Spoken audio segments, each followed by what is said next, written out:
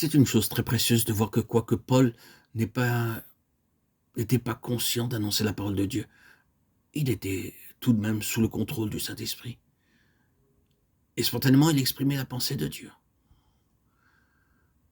Lorsqu'il disait tout ce qu'il devait dire sur le sujet en question, il déclare qu'il exprimait son propre jugement et conclut toutefois par cette remarque: « Et moi aussi, je crois avoir l'Esprit de Dieu. » 1 Corinthiens 7,40. Spontanément, il exprimait la pensée de Dieu. Certains croyants sont toujours empressés d'affirmer que l'Esprit les anime pour dire ceci ou cela. Ils sont tellement conscients que ce qu'ils disent, c'est la parole de Dieu.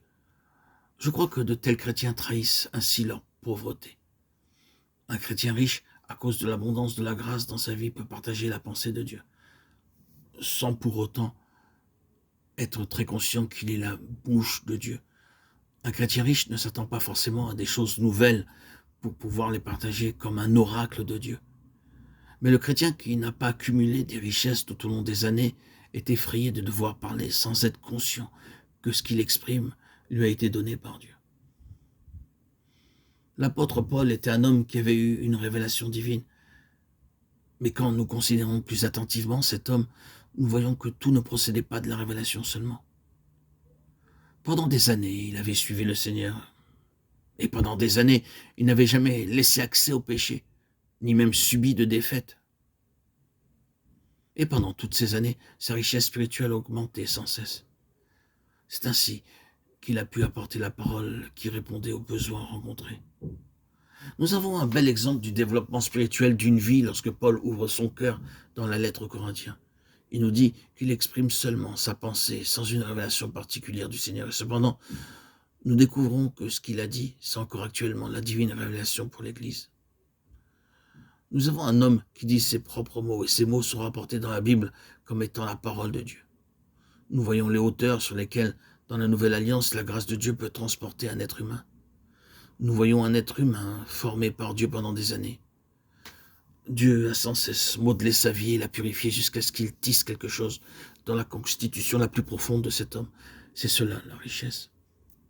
Et c'est le résultat de l'incessante activité divine dans la vie d'un homme pendant de longues années. Ce n'est pas le résultat de dons particuliers ou de grâces particulières.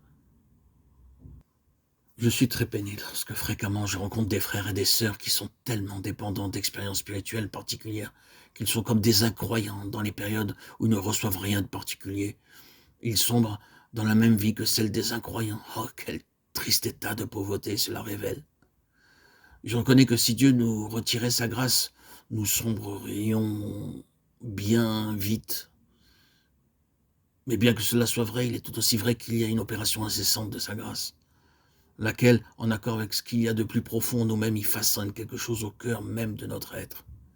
À moins d'avoir été tissés profondément par la grâce, nous subirons des défaites au jour de l'épreuve.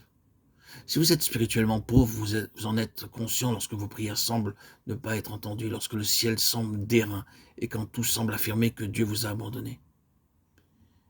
Et quoi que vous puissiez recevoir de l'aide au moyen des réunions, des assemblées, des rassemblements ou d'autres grâces particulières, vous vivez une vie de défaite en dehors de ces moments-là. Si au contraire, vous avez jour après jour engrangé des richesses au cours des ans, vous êtes soutenu dans l'épreuve et élargi intérieurement,